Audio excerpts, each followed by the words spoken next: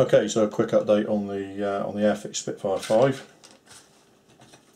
As you can see, I've got the actual airframe together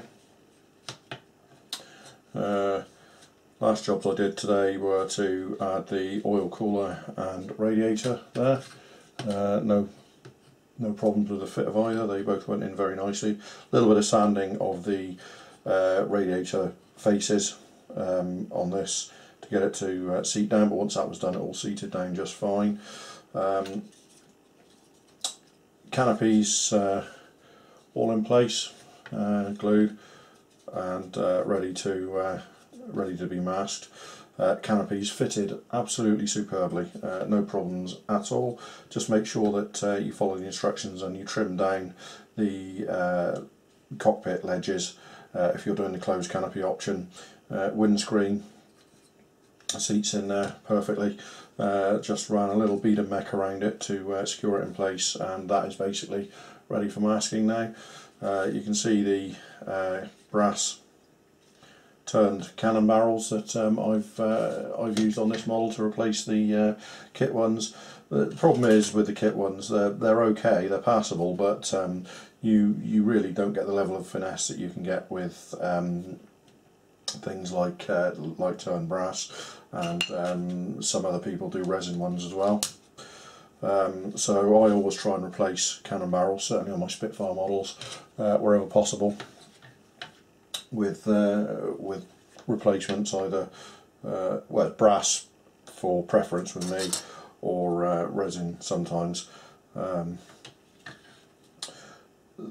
The one slight issue I've had is, if you can see around this where this the oil tank fairing goes into the fuselage, I've got a bit of a ledge at the front.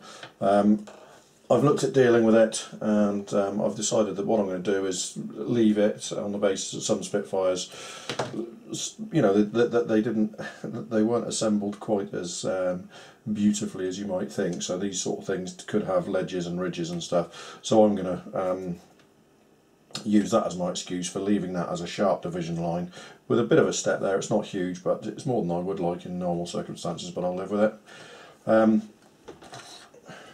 Got this large underbelly tank here, which will be painted separately, and that just literally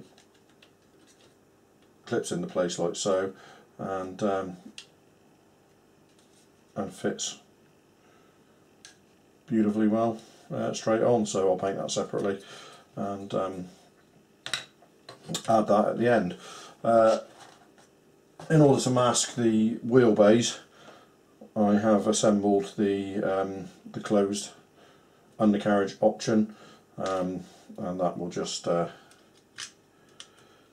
will just sit in there like so, and largely mask the undercarriage bays. So let's pop them out. And that aside, really, apart from polishing up some of the canopy where I've got a tiny little bit of a glue mark on the rear part of the canopy, just here, which I'll just polish out with some micro mesh, no problem. But apart from that, we are virtually ready for the initial coats of paint on this model. So hopefully, when I get the when I talk to you next, we'll be at the point of actually spraying. So what I'm going to do in the meantime, before we actually get to the main spraying, is I will mask off the canopies here, give the canopy area a coat of aircraft grey green so it shows through under the camouflage colours as aircraft grey green on the interior, which is what we want it to do, and give it a coat of probably going to be, to me, a fine surface primer.